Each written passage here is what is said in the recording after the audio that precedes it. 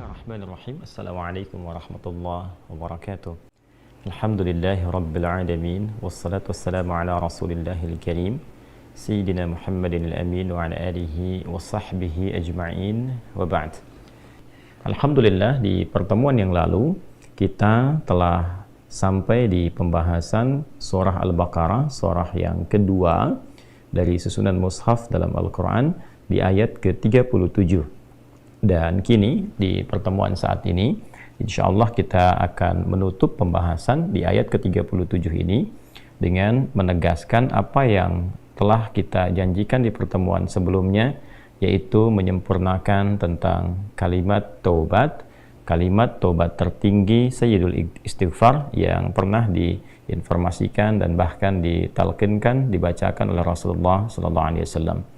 Sebelum sampai ke pembahasan itu, kita akan coba sarikan dahulu intisari pembahasan kita di pertemuan yang lalu, bahwa Allah Subhanahu wa Ta'ala memberikan satu gambaran yang sangat sempurna tentang satu karakteristik manusia saat diciptakan, bahwa manusia ini berpotensi juga berbuat salah, melakukan kesalahan dalam kehidupan.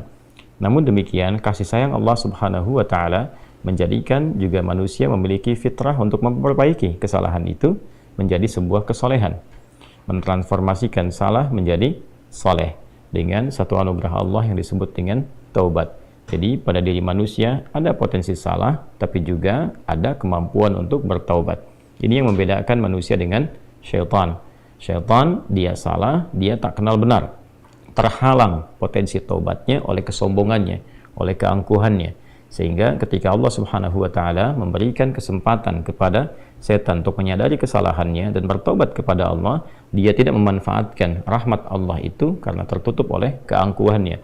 Aba wastakbar, dia enggan untuk menaati perintah Allah Subhanahu wa Ta'ala dalam rangka menyembah Allah Subhanahu wa Ta'ala lewat ketaatan pada perintahnya untuk menghormati Adam dalam perintah sujud hormat kepada Adam itu. Alih-alih dia menghormati perintah itu, alih-alih dia menyembah Allah Subhanahu wa Ta'ala lewat perintahnya, dia malah berkata, ana khairum minhu. Setan berkata, saya lebih hebat dibandingkan dengan Adam. Khalaqtani min narin wa khalaqtahu min tin. Ya, engkau ciptakan aku dari api, engkau ciptakan dia dari tanah. Tidak dalam levelnya yang diciptakan dengan materi yang lebih tinggi, mesti hormat kepada yang rendah. Padahal dalam konteks ini Allah Subhanahu wa Ta'ala dengan membuka perintahnya dengan kalimat yang sangat jelas. Ma mana'aka alla tasjuda idh amartuk.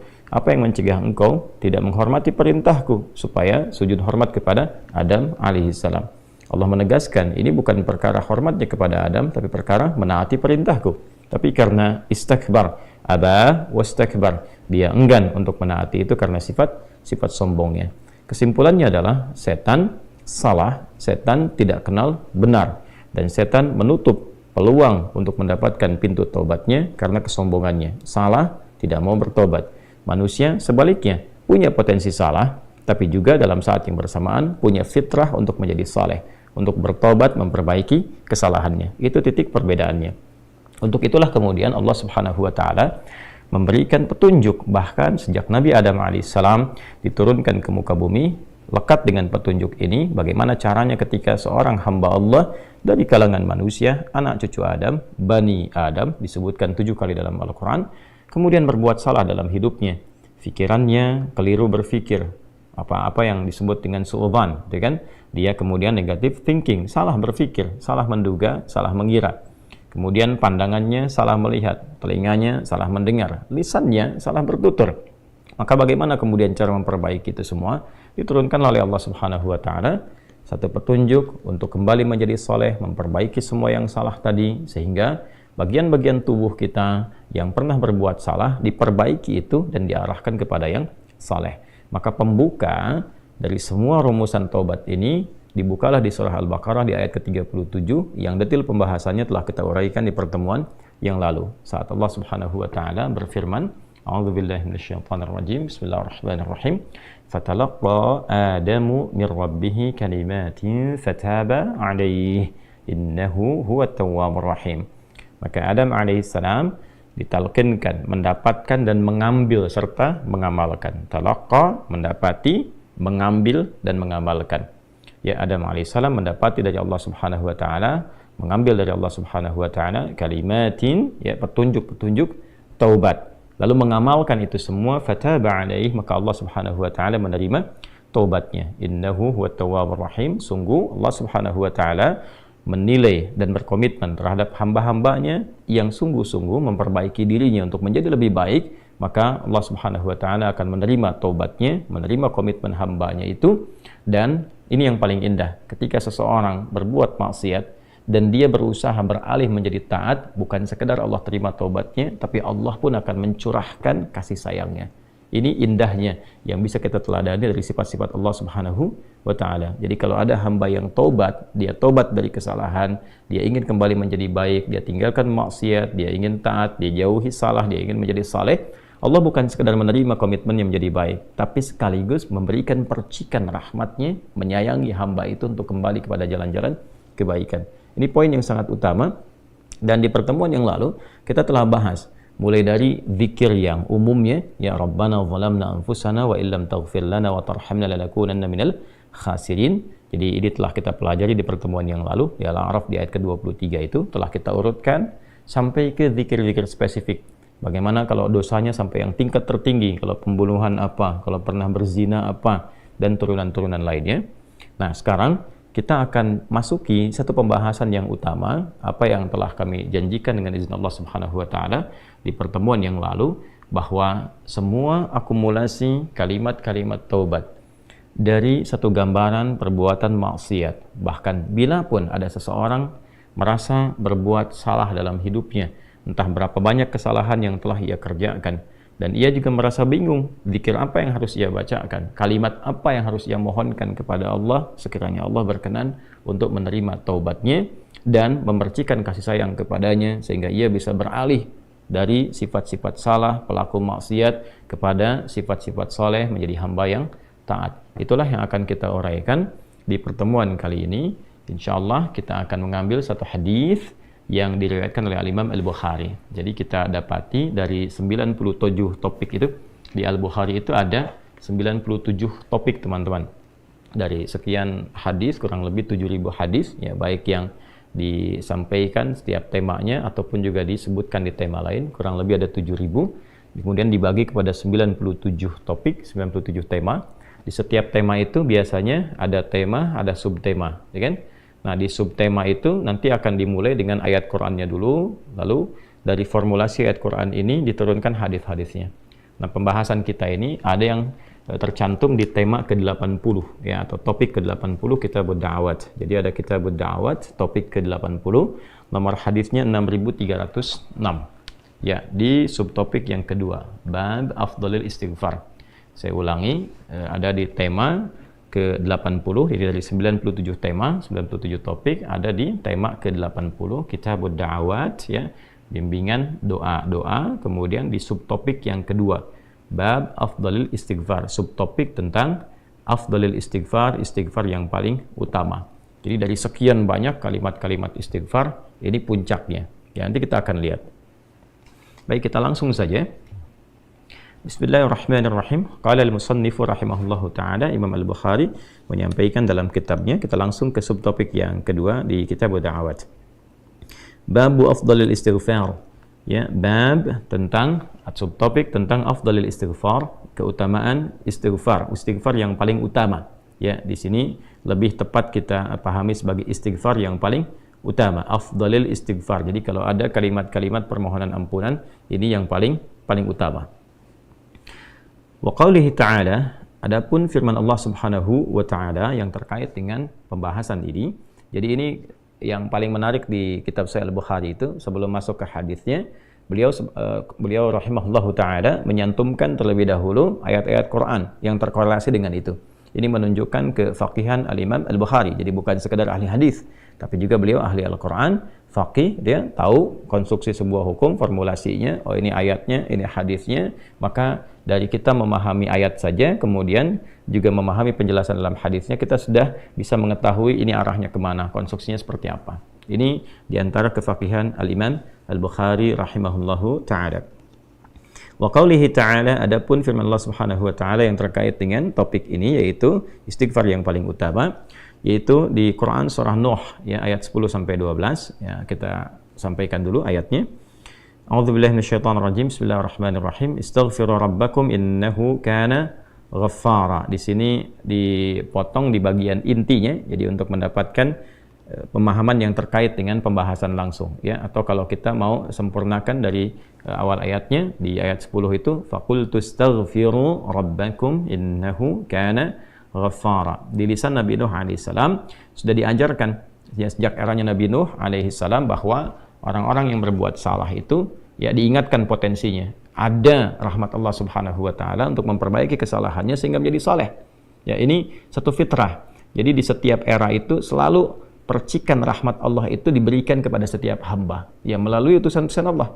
Di era-eranya ada rasul ya, ada nabi, kemudian rasul nabi berhenti ya dengan hadirnya Nabi Muhammad SAW dan wafatnya beliau, selesai era kenabian, selesai era kerasulan, maka semua petunjuk-petunjuk yang telah sempurna itu diteruskan oleh sahabat beliau dari kalangan ulama. Nanti kalangan ulama ini mengajarkan kepada ulama di generasi selanjutnya, di tabi'in, tabi'ut tabi'un, sampai kemudian kepada kita. Ya, ini pakemnya sudah ada.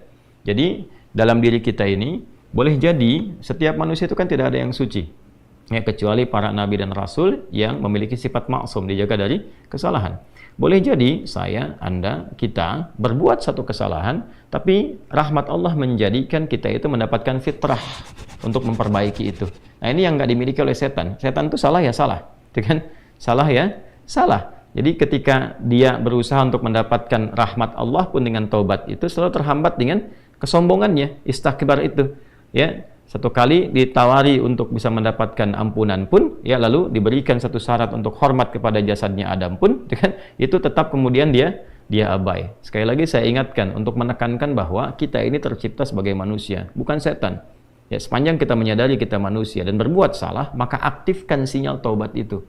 Ya, sejak di era sebelumnya, bahkan di era Nabi Adam alaihissalam turun ke muka bumi, kemudian juga berkeluarga, ya risalah-risalah tentang taubat itu selalu kemudian disampaikan.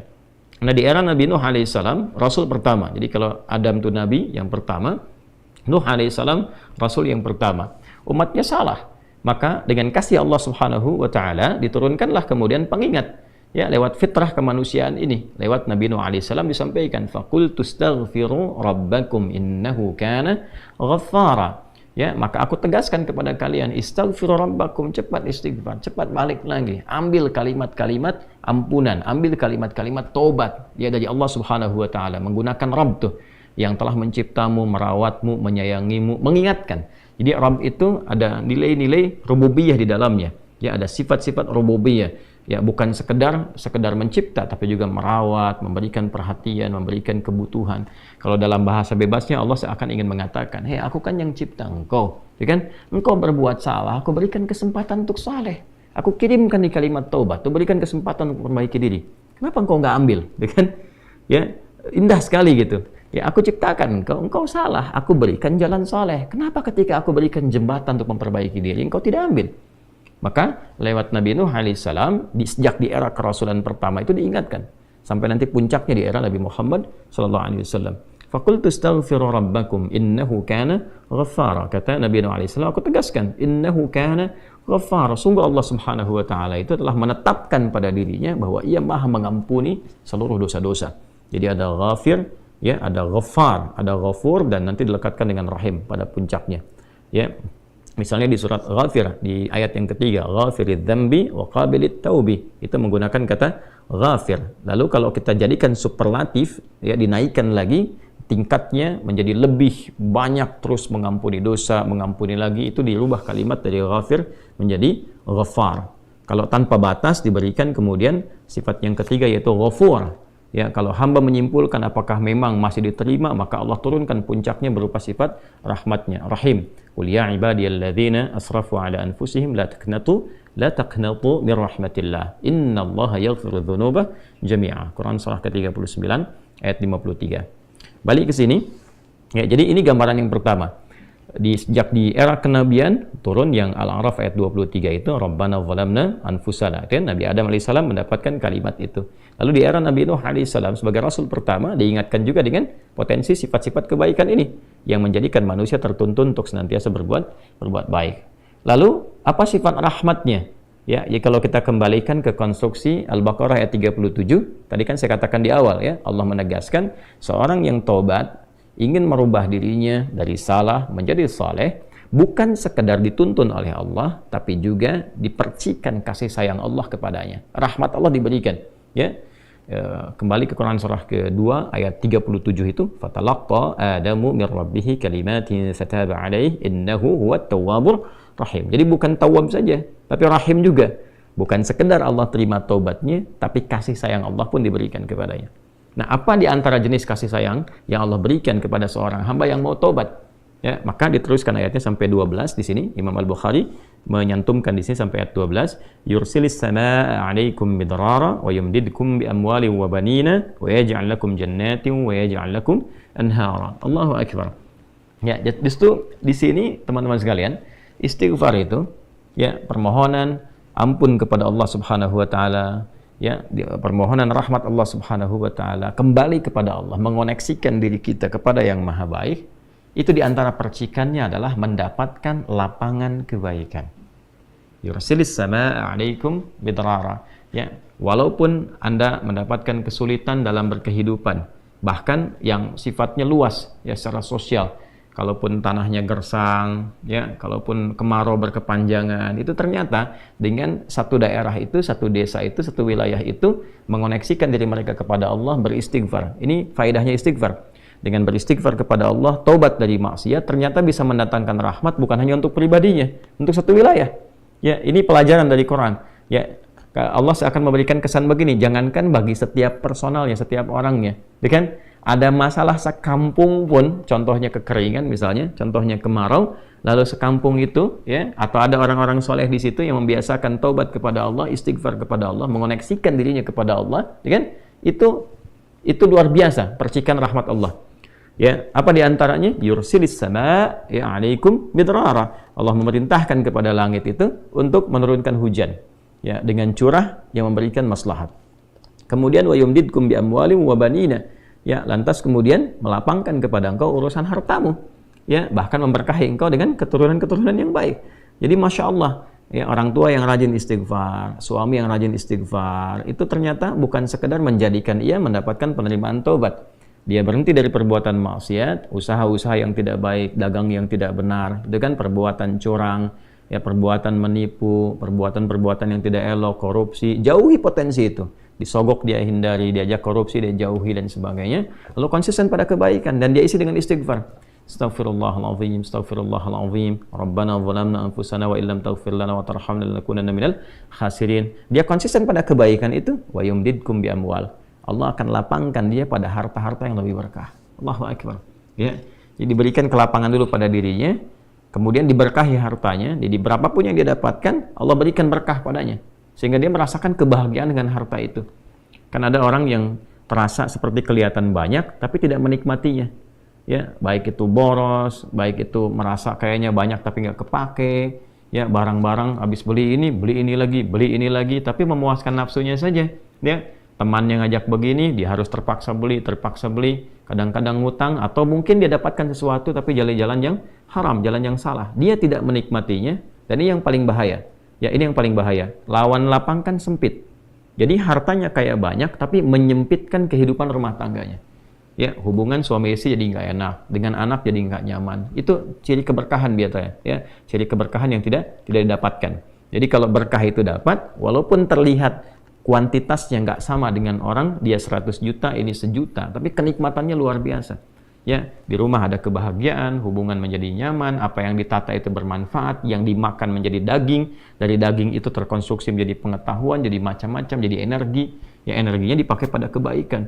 Sebaliknya yang terlihat seperti banyak, kayaknya banyak nih, ya, tapi tidak memberikan kebahagiaan. Di rumah nggak bahagia, tidak memberikan dampak energi positif, ke ibadah jadi malas. Ya, itu ciri-ciri pertama kalau harta kurang berkah itu, apalagi tidak berkah, itu pasti menurun kesolehannya, meningkat kesalahannya. Pasti itu. Ya, jadi mulai menurun nih, sholat mulai menurun, baca Quran mulai menurun. Nah, kesalahan mulai meningkat, makan mulai salah, minum mulai salah. Yang tadinya minum yang baik-baik, sekarang minum yang tidak baik dan sebagainya. Nanti kalau sudah begini, pasti hubungan di rumah tangganya pun nggak akan jadi baik gitu. Ya, dan itu akan terbawa dalam kesempitan.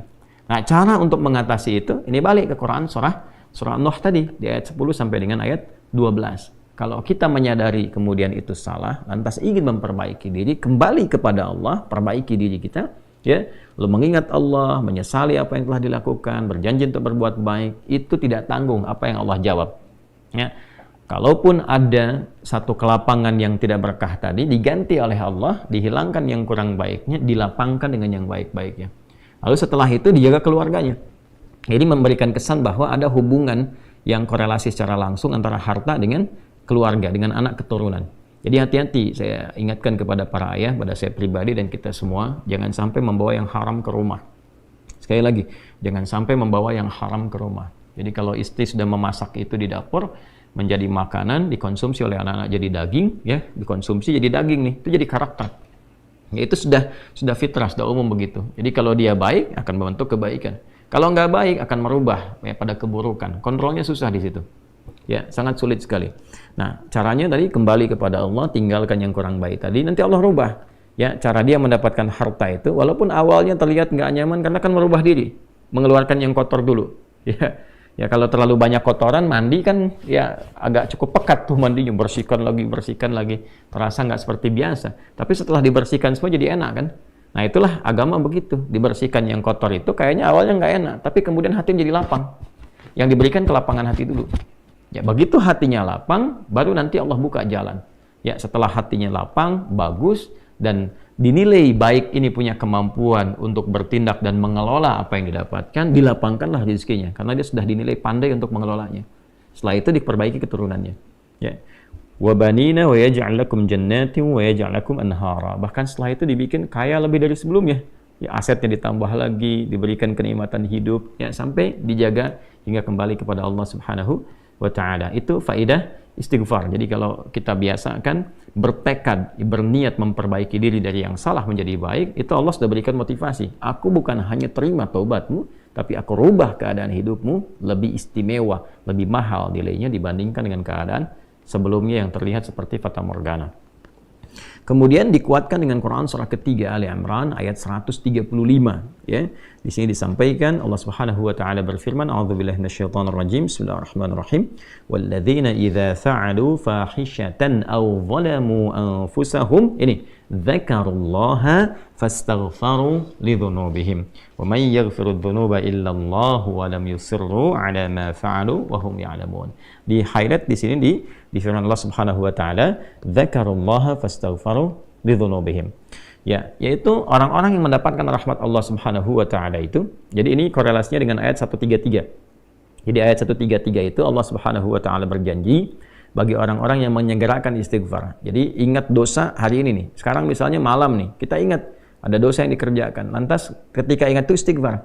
Istighfar, minta ampun sama Allah gitu kan. Itu menyegerakan sesuatu tanpa jeda disebut dengan sara'a.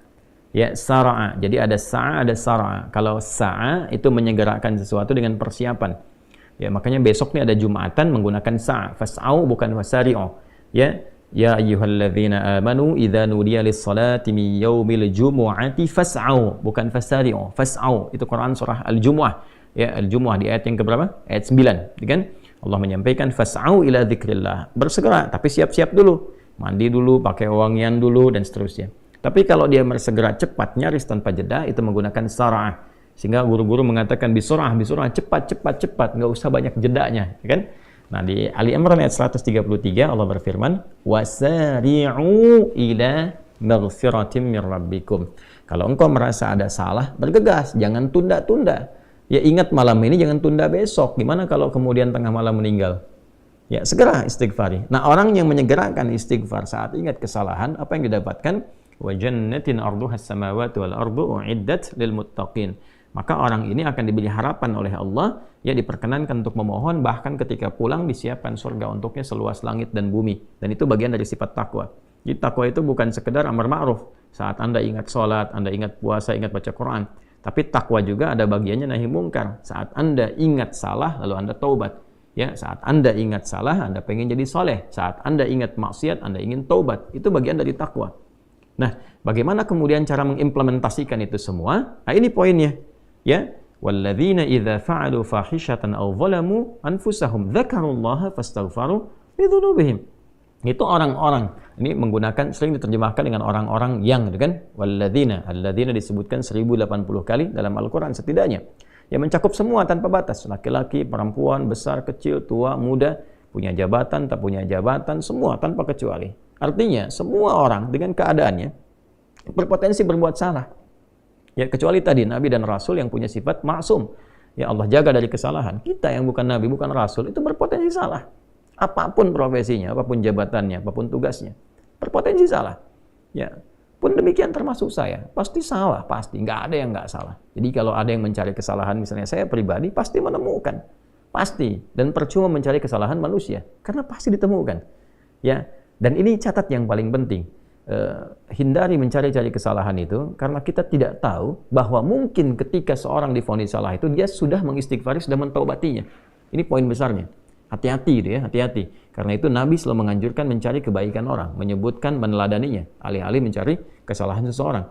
Ya kenapa? Karena pasti ditemukan. Tapi yang tidak pasti itu, kita nggak bisa memastikan orang itu sudah taubat atau belum. Yang paling bahaya adalah mencela orang, mencari kesalahan orang, mencaci orang yang sudah dia taubat dan taubatnya diterima orang, diterima Allah Subhanahu wa taala. Hati-hati ya, mencari kesalahan orang, mencela orang, ya kan? Yang dia sudah mentaubati kesalahannya dan taubatnya diterima oleh Allah Subhanahu wa taala. Allahu akbar. Itu azim, itu, hati-hati ya. Ya, sesuatu yang besar sekali dosanya di sisi Allah Subhanahu wa taala. Nah, ini kembali ke sini, ketika seseorang dia sadar berbuat salah, dia salah. Alladzina, semua orang potensi salah. Ya, idza fa'alu fahisyah, ketika dia berbuat fahisyah. Ya, fahisyah itu pernah saya sampaikan ya, turunannya nanti fahsya namanya. Jadi sifat kesalahan yang muncul dari syahwat. Ya, mohon maaf, zina, pornografi, porno aksi, kata-kata jorok, kata-kata kotor dengan semua bentuknya. Baik itu di media sosial, digital, ataupun juga di praktikal yang nampak secara fisik misalnya, itu jelas salah, jelas dosa. Ya, al-zalamu anfusahum, atau bentuk mungkar, menempatkan suatu bukan pada tempatnya. Ya, mohon maaf, ya, mencuri, merampok, membunuh, ya, korupsi, hoax dan sebagainya, itu zalim, perbuatan zalim.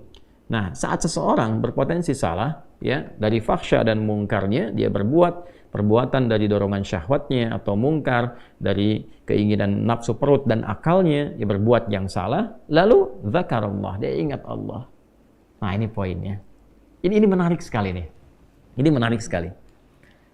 Kok lanjutan ayatnya zakarullah? Bukan dia sadar bahwa dia itu telah berbuat salah. Kenapa zakarullah? Ini poinnya. Ya. Karena Allah ingin selalu menautkan sifat seorang hamba menjadi baik itu dengan rahmatnya. Ini poinnya. Jadi kalau bukan rahmat Allah Subhanahu wa taala, mustahil kita bisa mengarah pada kebaikan. Allahu akbar. Ya, lillah karena Allah. Lillah karena Allah. Ya, jadi orang-orang yang bertaubat dengan merasakan rahmat Allah itu beda. Dengan sekedar dia pengen memperbaiki, lain rasanya, lain. Ya, jadi kalimat zakarullah itu mahal sekali. Jadi ingin memberikan dampak kesadaran kepada kita bahwa Allah tuh nggak ninggalkan kamu. Ya, Allah tahu kamu salah, tapi sepanjang nyawa kamu belum sampai ke kerongkongan, kamu diberi potensi untuk taubat. Ayo taubat. Kan sering saya ungkapkan, Firaun saja, Firaunnya dikirimkan 2 nabi, Musa dan Harun. Ya, sebagai keadilan Allah, kasih Allah dan adilnya untuk memberikan hidayah. Ya, sampai titik puncak kan nyawanya di kerongkongan. Cuman sayang kan dia sendiri yang memilih untuk tidak mengambil hidayah itu. Sampai nyawanya di kerongkongan. Sampai tenggelam itu. Nah, itu sudah disampaikan informasinya, kisahnya, jejak sejarahnya sampai sekarang diabadikan supaya seluruh anak cucu Adam itu sadar jangan berbuat yang seperti itu. Ya, sekali lagi hanya setan yang tidak kenal taubat. Zakarullah, dia ingat Allah. Nah, sekarang tinggal kita mempelajari ketika ingat Allah itu apa yang harus dihadirkan. Tadi poinnya, Allah tawarkan kita bukan hanya sekedar jadi baik, rahmat dibuka, kasih sayang dibuka, kelapangan hati dibuka. Ya, makanya saya barangkali juga ingin menekankan materi-materi semacam ini, yaitu penting untuk disampaikan ya kepada saudara-saudari kita barangkali yang sekarang dengan kasih sayang Allah itu ya diisolasi di satu tempat seperti lapas misalnya, lembaga permasyarakatan. Boleh jadi itu kasih Allah untuk diperbaiki sehingga dia konsisten bisa berbuat baik saja di dalam, ya, terjaga dari perbuatan-perbuatan di luar, dikontrol supaya bisa kembali pada jalan yang baik. Dia bisa di dalam bisa memperbaiki diri, istighfarnya enak, bisa ngaji, kadang ketemu ke masjid dan sebagainya. Kalau ini dimanfaatkan dengan baik, Allahu Akbar, Allah kasih kelapangan. Ya walaupun mungkin tinggal di tempat yang sempit, terasa kemudian dibatasi dengan sel-sel, tapi hatinya lapang, itu luas, megah, dan jadi nikmat. Ya, orang butuh waktu untuk menghafal, butuh suasana. Anda punya tempat yang cukup ideal untuk menghafal Quran, memperbaiki diri, dan fikihnya ada kan? Dan sangat jelas sekali kenapa di antara kisahnya Nabi Yusuf alaihissalam ya diizinkan oleh Allah untuk masuk ke dalam ruang itu untuk memberikan sebuah pencerahan sehingga menemukan modelnya. Ini model orang saleh yang mau jadi saleh, bahkan setelah itu dia keluar dan diangkat jadi pembantunya raja kan, pada masa itu asisten rumah tangganya raja. Naik gitu dari sosok yang salah ya, kemudian dia tobat mengambil petunjuk dari Nabi Yusuf alaihissalam, dia berubah jadi orang hebat setelah itu. Ya, jadi asisten rumah tangganya raja. Itu luar biasa gitu. Ya, tapi yang memilih kemudian untuk jalan-jalan keburukan, tetap bertahan di dalamnya, selesai gitu. Ya, ini tawaran sesuatu yang indah. Ya, bahkan ada juga yang terakhir ini yang paling luar biasa. Orang yang sudah mendapatkan ancaman hukuman, ya sampai kemudian juga mengakhiri kehidupannya, tapi dia mau bertobat. Ya, maka dia bisa mengakhiri kehidupannya itu dengan apa yang telah ditetapkan misalnya. Kan kita nggak tahu garis takdir itu bagaimana. Ya. Wallahu alam, tiba kemudian manusia memberikan hukuman, tapi Allah dengan kehendaknya merubah itu semua, bisa berubah. Ya, tapi kemudian kalau itu bersamaan dengan takdir yang telah Allah tetapkan, dia menjadi baik. Jadi di Islam itu selalu ada solusi. Selalu ada solusi dan pedomannya mengantarkan pada kebahagiaan. Itu poin tertingginya. Nah, balik ke kita, tarik lagi. Dalam hidup nggak ada orang suci. Nggak ada orang yang nggak pernah salah. Pasti pernah berbuat salah.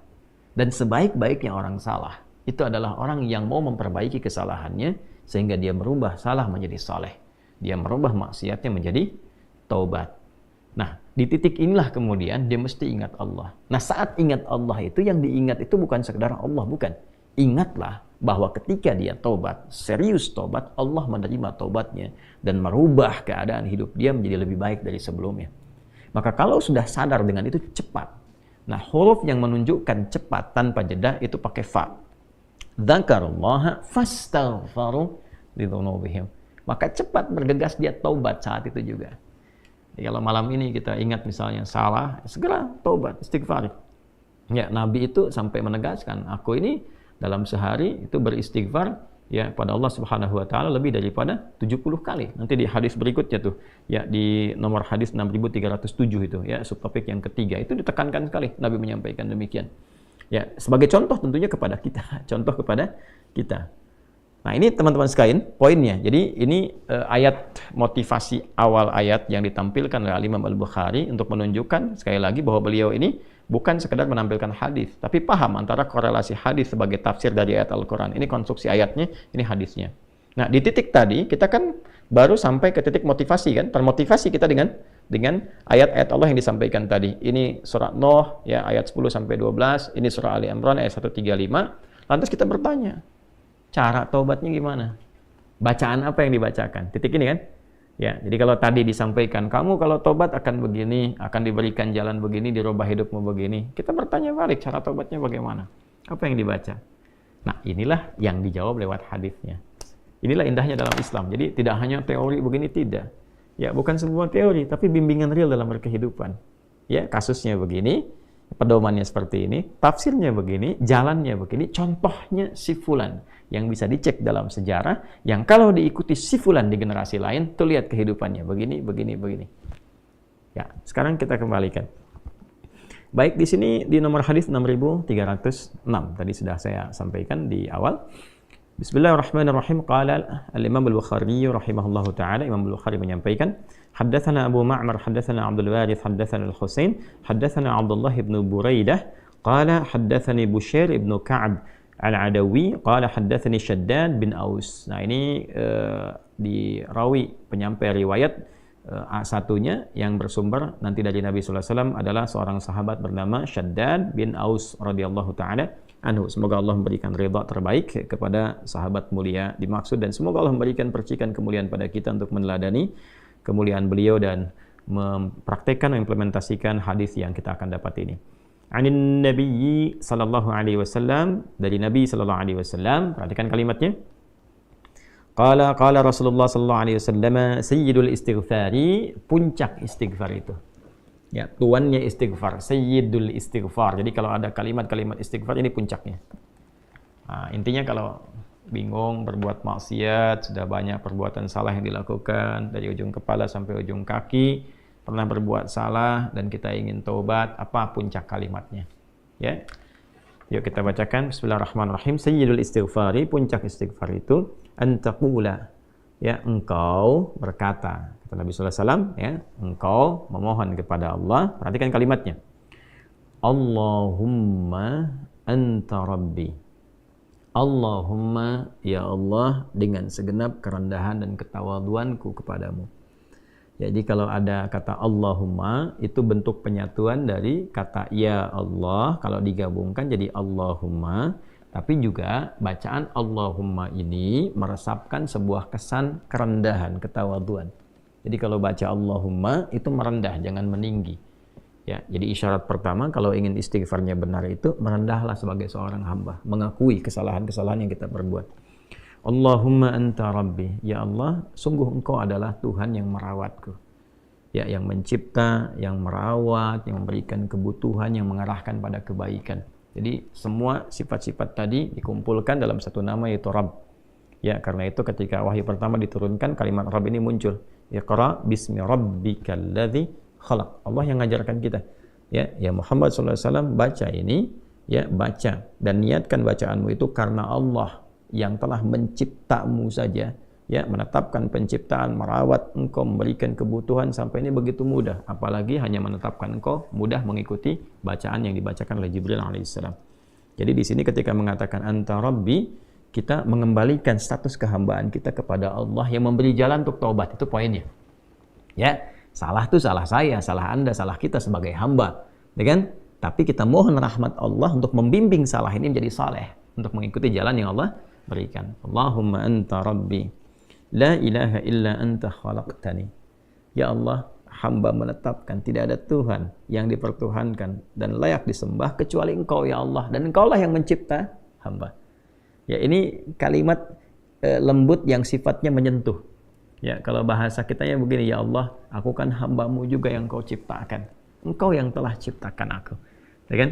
Kalau di kalimat Adam yang pernah kita baca di pertemuan yang lalu dari tafsir Imam Jarir At-Tabari itu, Ibnu Jarir At-Tabari, kita telah sampaikan di pertemuan yang sebelumnya bahwa Adam mengonfirmasi, Allah, gitu kan, ya Allah, ya Tuhanku, bukankah aku adalah hambamu yang Kau ciptakan, ya, dengan tanganmu sendiri, dengan kuasamu sendiri? Ya Allah menjawab, ya tentu saja, gitu kan, dan seterusnya sampai ujung hadisnya, ya ara'aita, bagaimana ya Allah Engkau menilai kalau hamba intubtu wa aslahtu, kalau hamba sekarang bertobat dan memperbaiki diri, ya arajin anta ilal jannah, apakah Engkau akan mengembalikan aku kepada surga? Ya Allah menjawab, na'am, tentu saja, bahkan dengan surga yang lebih indah. Itu yang pernah kita bahas di pertemuan sebelumnya.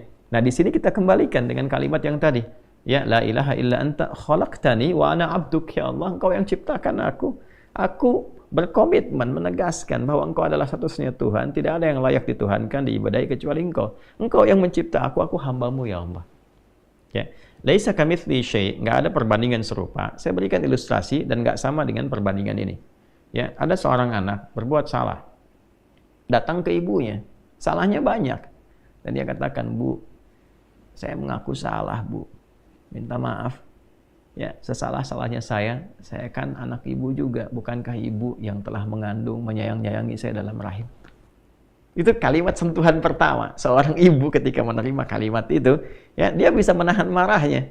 Dia mendahulukan kasihnya, walaupun mungkin responnya nggak cepat. Nah, Allah laisa kamitslihi syai', Allah berbeda. Ya, justru Allah mengajarkan kita dengan kalimat-kalimat baik tadi itu sebagai keteladanan. Kalau ada nanti praktek dengan manusia salah, masuklah dengan cara-cara yang lembut, gitu kan?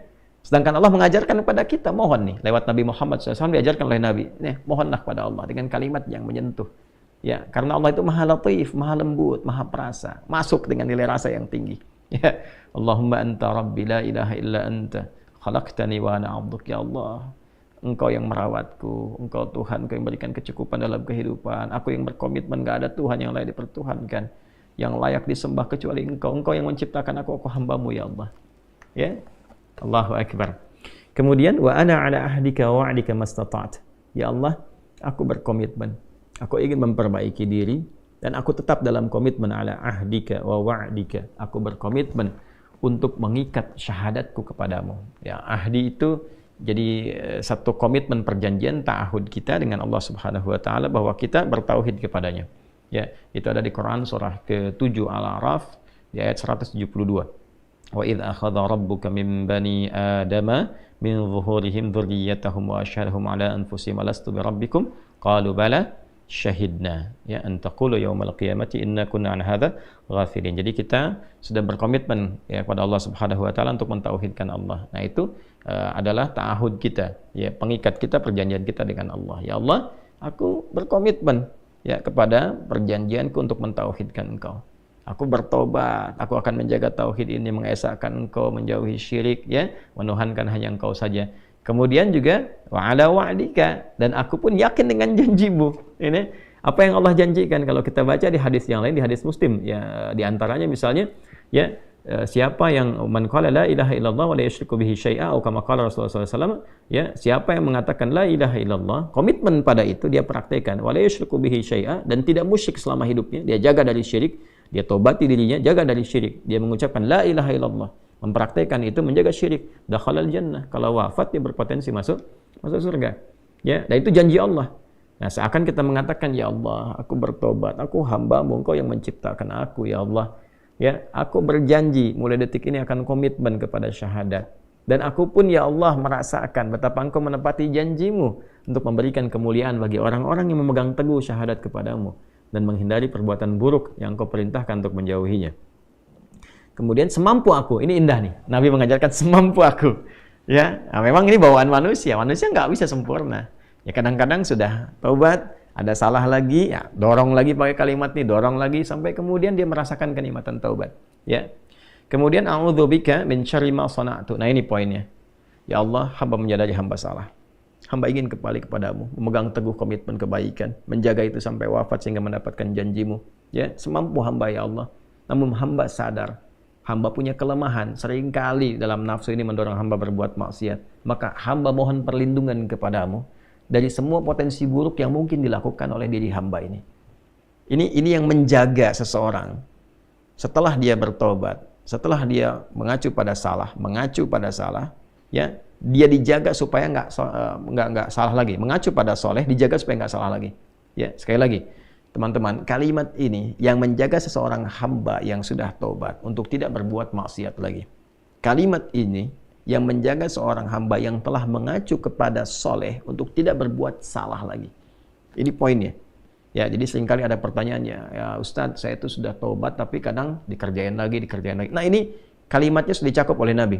Wa'udzubika min syarri ma sana'tu. Setelah kita tobat, kita minta, ya Allah, aku mohon perlindungan darimu dari potensi keburukan yang mungkin dikerjakan oleh diriku setelah taubat ini. Ya. Ini kalimatnya indah sekali. Kemudian abu'u laka bi ni'matika 'alayya, dan aku abu itu a'tarifu, dan aku mengakui ya Allah betapa banyak nikmat yang telah Engkau berikan kepadaku. Ini kalimat penyesalan. Jadi di sini tercampur semua kalimat pengakuan keesaan Allah, perjanjian untuk kembali kepada Allah dalam kebaikan, ya, menepati komitmen dengannya. Kemudian memohon kepada Allah setelah taubat dijauhkan dari potensi berulang kesalahan. Lalu ini poin nih, mengakui nikmat-nikmat yang Allah berikan kepada kita yang kadang-kadang kita lalai mensyukurinya. Ya Allah, aku ini sadar Engkau berikan banyak nikmat kepada aku, nikmat nafas, nikmat udara, nikmat sehat. Kok bisa kesehatan yang Kau berikan kepada aku sebagai nikmat aku konversi jadi maksiat? Bukannya dipakai untuk taat, kok dipakai untuk mencuri, dipakai untuk korupsi, dipakai untuk nipu, dipakai untuk celah orang. Mulut sehat orang baca Quran, kok ini digunakan untuk mencela orang? Tangan sehat orang gunakan untuk berbuat yang baik, memberi, mengerjakan yang baik-baik, kok digunakan untuk bikin hoax, untuk bikin status yang buruk, ya, untuk melakukan tindakan kekerasan dan sebagainya. Maka kita menyadari, Allah, Kau mengakui nikmat-Mu kepada aku begitu banyak, ya. Kemudian wa abu'u laka bidzambi. Nah, ini poin yang tadi saya sampaikan. Tapi aku pun mengakui, ya Allah, aku belum mampu mengonversi nikmat tadi dengan bentuk ketaatan. Alih-alih aku taat, aku berbuat maksiat, aku sadar, ya Allah. Nah, ini petunjuk kalau mau tobat, sesali dengan penuh kesadaran, ingat maksiatnya. Latih diri kita untuk menangis. Dilatih, gitu kan? Sehingga terasa bebannya itu keluar, hatinya jadi lapang.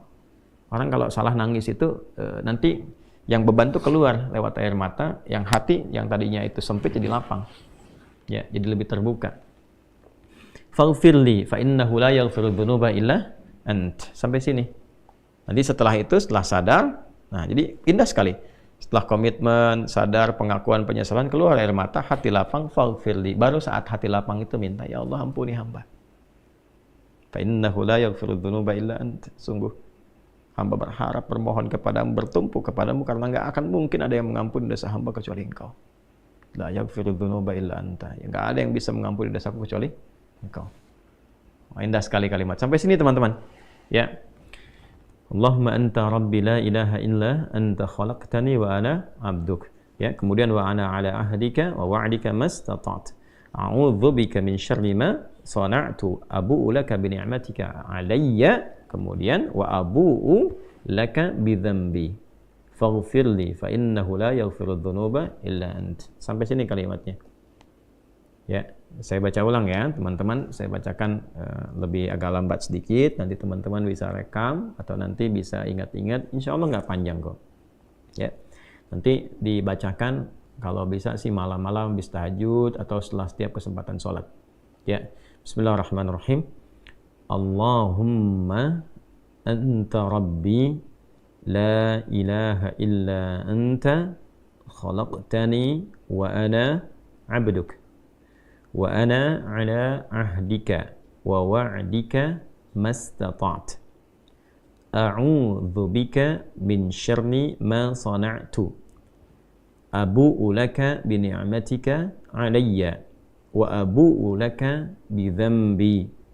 Faghfir li fa innahu la yaghfiru dzunuba illa ant.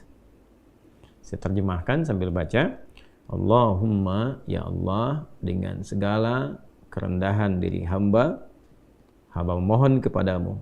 Anta Rabbi, sungguh Engkaulah Tuhan yang merawat, memberikan kebutuhan, mencipta hamba, memberikan jalan kebaikan pada hamba. La ilaha illa ant. Hamba menetapkan tidak ada Tuhan yang layak dipertuhankan, yang layak disembah kecuali Engkau saja. Khalaqtani wa ana abduk. Sungguh Engkau yang telah menciptaku ya Allah, sungguh akulah hambamu. Wa ana ala ahdika wa wa'dika mastata'tu. Ya Allah, aku berkomitmen untuk memegang teguh perjanjianku denganmu, dan aku berkeyakinan bahwa Engkau pun akan menepati janjimu kepadaku. Aku berusaha mewujudkan itu sesuai dengan kemampuanku. A'udzubika min syarri ma sana'tu. Ya Allah, setelah permohonan taubat ini, komitmen ini, aku mohon perlindunganmu ya Allah. Aku berlindung kepadamu dari segala potensi buruk yang mungkin terjadi dari dalam diriku yang aku perbuat. Abu'u laka bi ni'matika 'alayya. Aku menyadari, mengakui ya Allah betapa besar nikmatmu yang Kau berikan kepadaku. Wa abu'u laka bi dzambi. Dan aku pun menyadari ya Allah belum mampu mensyukuri nikmat-nikmat tadi. Bahkan lebih sering aku berbuat dosa, kesalahan dibandingkan mensyukuri nikmatmu kepadaku. Faghfirli. Aku mohon ya Allah ampuni diriku. Fa innahu la yaghfiru dzunuba illa ant. Maka sungguh aku sangat berkeyakinan ya Allah tidak ada satupun yang mampu mengampuni dosaku kecuali Engkau saja. Bila mampu kita mengamalkan ini dengan baik, minimal ya kita dalam sekehidupan tuh bisa membacakan ini. Minimal lah dalam selama hidup paling sedikitnya bisa pernah baca ini. Ya, sebetulnya kalau bisa minimal sehari baca, sehari sekali baca ya, kita sama-sama menguatkan. Nah, wa man qalaha minan nahar muqinan biha famata min yaumihi qabla an yumsiya fahuwa min ahlil jannah. Ini garansi dari Nabi. Orang yang mampu mengatakan ini, jadi mendawamkan dia baca ini ya, minan nahar di waktu siang. Nah, misalnya muncul dari pagi itu ya, beraktivitas ya, dia baca ini, dia mengoreksi kesalahannya, bermuhasabah, dia baca nih muqinan biha, dan yakin dengan semua janji-janji yang disampaikan dalam kalimat ini, dengan komitmennya, dengan janji Allah kan, dengan keyakinan bahwa Allah akan merahmati dan sebagainya. Lalu dia minta kepada Allah, tiba kemudian dia wafat di waktu itu, sebelum datangnya sore, dia wafat itu. Ya, maka apa yang terjadi? Kata Nabi, fahuwa min ahlil jannah. Dijamin langsung di lisan Nabi termasuk ahli surga. Allahu akbar. Ya, Allahu akbar. Wa man qalaha min al-laili wa huwa muqinun biha famata qabla an yusbiha fa huwa min ahli jannah. Dan siapa yang mengamalkannya di malam hari, dia baca di malam hari sambil dia koreksi diri, bukan sekedar baca, dia koreksi diri, dia menyadari dosanya, gitu kan? Malam ini kita baca, kita sadari diri, kita ingin jadi baik, pengen jadi baik, ingin jadi lebih berkah lagi. Lalu kita meyakini semua janji-janji yang disampaikan dari lisan Nabi sallallahu alaihi wasallam yang mulia, ya, pada semua apa yang tadi kita telah pelajari. Maka apa yang terjadi? Famata qabla an yusbiha, maka dia misalnya meninggal, ya, ajalnya tiba sebelum datang waktu subuh, wa huwa min ahli jannah. Maka Nabi mengatakan fa huwa min ahli jannati, dia termasuk ahli surga. Ya, Masya Allah. Jadi rahmat Allah menjadikan hamba ini diterima taubatnya, dan percikan kasih Allah menjamin dia menjadi ahli surga. Dibalas dengan surga, bukan dunia lagi, balas dengan surga kalau dia wafat. Ya, hadis ini teman-teman tadi disampaikan oleh sahabat Syaddad bin Aus radhiyallahu taala anhu, disampaikan juga, dikutip juga oleh Imam At-Tirmidzi dalam kitab Sunan ini nomor hadis 3393, kemudian di An-Nasai nomor hadis 5522, dan kita bisa dapati ini semua dengan status yang sahih, tinggal kita amalkan dalam kehidupan. Nah, ini Sayyidul Istighfar. Ya, maka dengan demikian insya Allah tertutup pembahasan kita di kesempatan kali ini untuk mengurai Quran surah ke-2 Al-Baqarah di ayat ke-37. Nah, berapa kali dibacakan ini? Ya, standarnya bisa sekali kita bacakan, tapi kalau kita ingin melatih diri, kita sambungkan ke hadis berikutnya di nomor hadis 6307, memberikan kesan bahwa Nabi melatih nih. Bahkan Nabi sampaikan, saya itu beristighfar setidaknya kurang lebih 70 kali dalam sehari. Ya, saya bacakan hadisnya ya. Ini topik yang ketiga di Al-Bukhari, di topik yang ke-80, subtopik yang ketiga. Bab istighfarin Nabi sallallahu alaihi wasallam fil yaumi wal lailah. Ya, subtopik tentang istighfarnya Nabi sallallahu alaihi wasallam sehari semalam. Ya, qala al-Imam al-Bukhari rahimahullahu taala, haddatsana Abu al-Yaman akhbarana Syu'aib an az-Zuhri qala akhbarani Abu Salamah Ibnu Abdurrahman qala Abu Hurairah radhiyallahu taala anhu. Ya, sanadnya tersambung pada sahabat mulia Abdurrahman bin Sahar, yaitu Abu Hurairah radhiyallahu taala anhu. Sami'tu Rasulullah sallallahu alaihi wasallam yaqul, saya pernah mendengar Rasulullah SAW bersabda, wallahi inni la astaghfirullah wa atubu ilaihi fil yaumi akthar min 70 marratan. Ya, sungguh aku itu, kata Nabi SAW, sungguh aku itu beristighfar kepada Allah, bertaubat kepadanya dalam sehari itu lebih daripada 70 kali. Ya, ini contoh yang diberikan oleh Nabi kepada kita. Ya, bisa diartikan lebih daripada 70, bisa juga dipahami untuk melatih diri kita sehingga merasakan dzauqut taubah. Dzauqu taubah, nilai rasa taubat. Ya, dzauq at-taubah itu feel-nya taubat. Jadi jumlahnya itu yang kita lihat bukan kuantitas berapa kalinya. Tapi ini pesan lebih kepada bagaimana dengan kita sering mengucapkan itu, hati bisa terkoneksi dan merasakan itu. Jadi kalau kalimat di lisan itu sudah sampai ke dalam hati, tersentuh hati kita, nah itulah titik tertingginya. Ya, untuk kita memohon dengan khusyuk. Itu poinnya. Jadi pada seseorang, Nabi sampaikan lebih daripada 70 kali, mungkin bagi seseorang itu bisa 75, bisa 80 kali, atau bisa bahkan 33 kali, gitu kan. Ya, atau 70 ini bisa dibagi-bagi. Ya, kalau dibagi misalnya kepada harian, dari 5 kali waktu sholat, ya, kita bisa temukan dalam setiap kali waktu sholat, misalnya kita 15, ya, selain yang subhanallah, alhamdulillah, Allahu akbar, yang 33 kali itu, kemudian kan istighfar. Ya, istighfarnya itu bisa 15, ya, kalau dikalikan 5 kan 75. Ya, dalam sehari itu lebih daripada 70 kali masuk ke sini. Bukankah setelah sholat kan kita istighfar dulu kan? Astagfirullahaladzim, astagfirullahaladzim, astagfirullahaladzim, alladzi la ilaha illa huwal hayyul qayyum wa atubu ilaih. Ya kan? Digabungkan ini. Ya, mungkin ada yang 3 kali, mungkin ada yang lebih, tapi poinnya adalah itu kalimat yang terus diucapkan sampai menyentuh ke dalam hati. Ya, dan tertingginya yang ini Sayyidul Istighfar yang tadi telah kita bacakan. Nah, teman-teman, maafkan saya. Subhanakallahumma bihamdika nasyhadu an la ilaha illa anta nastaghfiruka wa natubu ilaik. Allahumma tubna ilaika taubatan nasuha ya arhamar rahimin. Ighfir lana dhunubana ya Allah kama ghafarta ibadakas salihin was salihat wa alhiqna ma'ahum ma'al ladzina an'amta 'alaihim minal nabiyyin was siddiqin was syuhada'i was salihin wa hasuna ulaika rafiqa. Wa sallallahu ala sayyidina Muhammad wa ala alihi wa sahbihi ajma'in. Wa akhiru da'wana alhamdulillahi rabbil alamin. Assalamualaikum warahmatullahi wabarakatuh.